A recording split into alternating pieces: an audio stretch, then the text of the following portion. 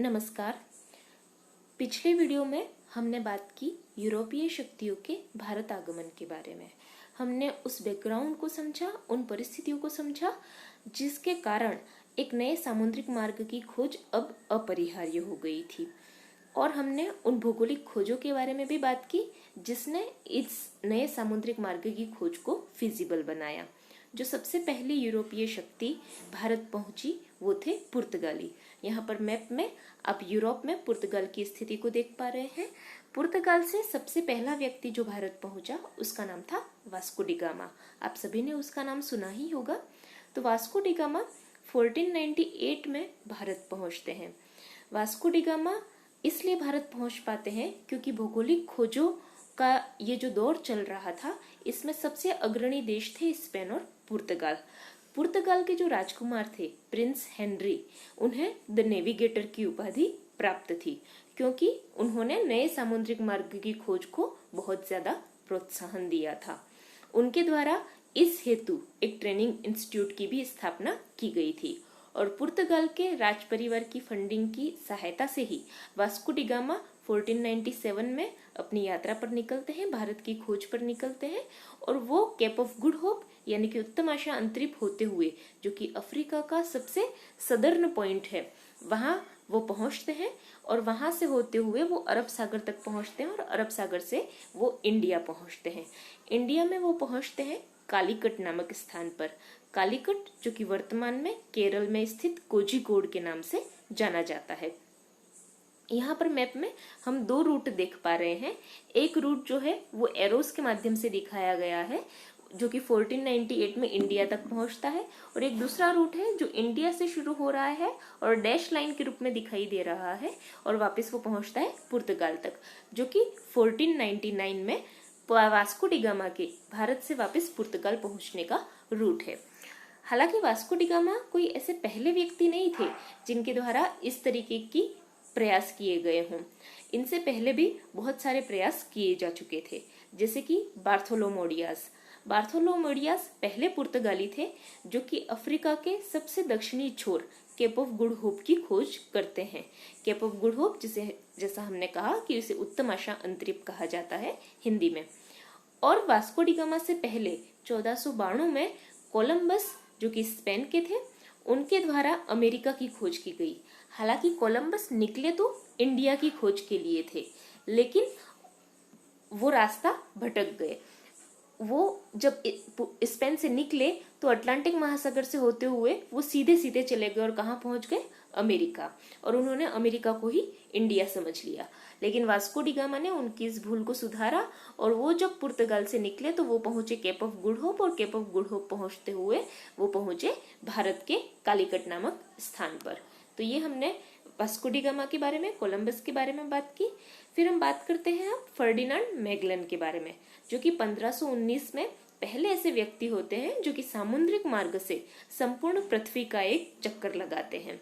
तो यहाँ हमने ऐसे कुछ व्यक्तियों के बारे में जाना जो नए मार्गों की खोज कर रहे हैं। अब भारत में सिर्फ पुर्तगाली ही नहीं आए थे। पुर्तगालियों के बाद भारत में डच आए, डच के बाद अंग्रेज आए, और अंग्रेज के बाद आए भारत में फ्रांसीसी। ये सभी मुख्यतया व्यापारिक उद्देश्यों के लिए ही आए थे। अब क्योंकि एग्जाम में कई बार इनका क्रोनोलॉजिकल सीक्वेंस पूछा जाता है, तो हम उनके क्रोनोलॉजिकल सीक्वेंस को एक ट्रिक से याद रख सकते हैं। हमने इन सभी का जो स्टार्टिंग लेटर है इंग्लिश का वो लिया है, और ट्रिक बनाई है PDEF, है ना। ये ट्रिक है हमारी। जैसे हम किसी फाइल का फॉर्मेट PDF के तौर पे याद रखते हैं, तो यहाँ पे हमें PDF की जगह PDEF याद रखना है, यानी कि पुर्तगाली, फिर डच, फिर अंग्रेज, और फिर फ्रांसीसी। तो इस तरीके से हम इनके भारत में आने का क्रम याद रख सकते हैं। उसके साथ ही एक बहुत ही इंटरेस्टिंग क्वेश्चन यहाँ आपको स्क्रीन पर दिखाई दे रहा होगा, जिसमें पूछा गया है कि भारत में पहले कौन आया, मुगल आए या पुर्तगाली आए। अगर आप कॉमन सेंस से इसका जवाब देने की कोशिश करेंगे तो आपको यही लगेगा कि मुगल जो हैं वो भारत में पहले आए और पुर्तगाली बाद में आए होंगे, क्योंकि हम बाद में देखते हैं कि ये जितनी भी यूरोपीय शक्तियां भारत आती हैं वो मुगलों से भारत में फैक्ट्रीज खोलने की या व्यापार करने की अनुमति मांगती रहती हैं। तो इस वजह से ऐसा लगता है कि मुगल जो है वो इनके आने से पहले ही भारत में एस्टेब्लिश हो चुके थे। लेकिन अगर हम डेटा की बात करें तो जैसा हमने देखा कि पुर्तगाली जो है वो 1498 में ही भारत आ जाते हैं, जबकि हमको पता है कि बाबर जो है वो पानीपत का प्रथम युद्ध कब लड़ते हैं, 1526 में। तो इसका सीधा सीधा सा मतलब है कि मुगलों के भारत आने के 28 साल पहले ही पुर्तगाली जो है वो भारत आ चुके थे। और अंग्रेज जो पहुंचते हैं भारत में 1608 में, तो उनसे लगभग 100 साल पहले पुर्तगाली जो है वो भारत में आ चुके थे। तो इस इंटरेस्टिंग एस्पेक्ट के बारे में हमने समझा। फिर जैसा हमने कहा कि ये जितनी भी यूरोपीय शक्तियां भारत पहुंची तो उनका जो मेन उद्देश्य था वो था भारत में व्यापार करना, और इस हेतु उन्होंने फैक्ट्रीज की स्थापना की। अब ये जो फैक्ट्रीज की स्थापना इन्होंने की, तो ये फैक्ट्रीज क्या है, क्योंकि आज हम जिस तरीके से फैक्ट्री को समझते हैं तो हमारे लिए वो कोई उत्पादन स्थल है, कोई मैन्युफैक्चरिंग साइट है, जिसे हम हिंदी में कारखाना कहते हैं।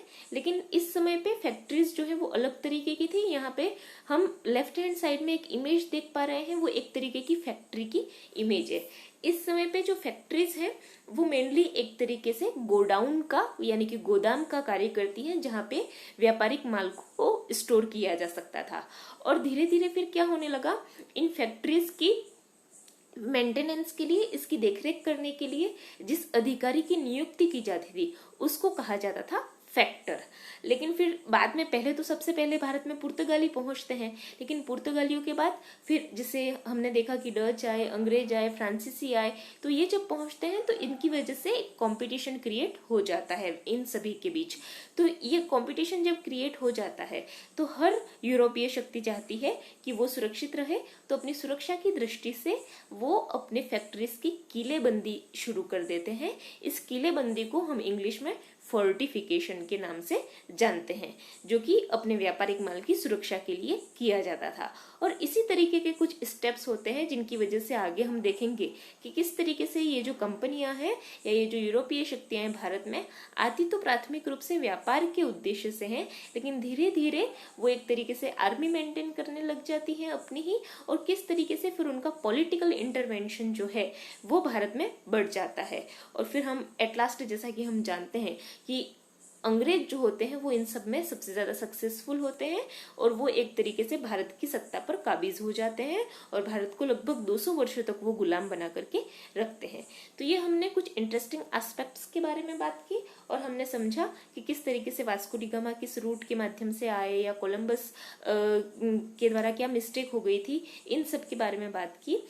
अगली वीडियो में हम चर्चा करेंगे कि पुर्तगालियों ने कहां कहां पर अपनी फैक्ट्रीज स्थापित की, किस तरीके से उन्होंने भारत में व्यापार किया, किस तरीके से भारत के व्यापार पर एकाधिकार कायम करने की कोशिश की, और इसके लिए उन्होंने किस तरीके का सिस्टम डेवलप किया।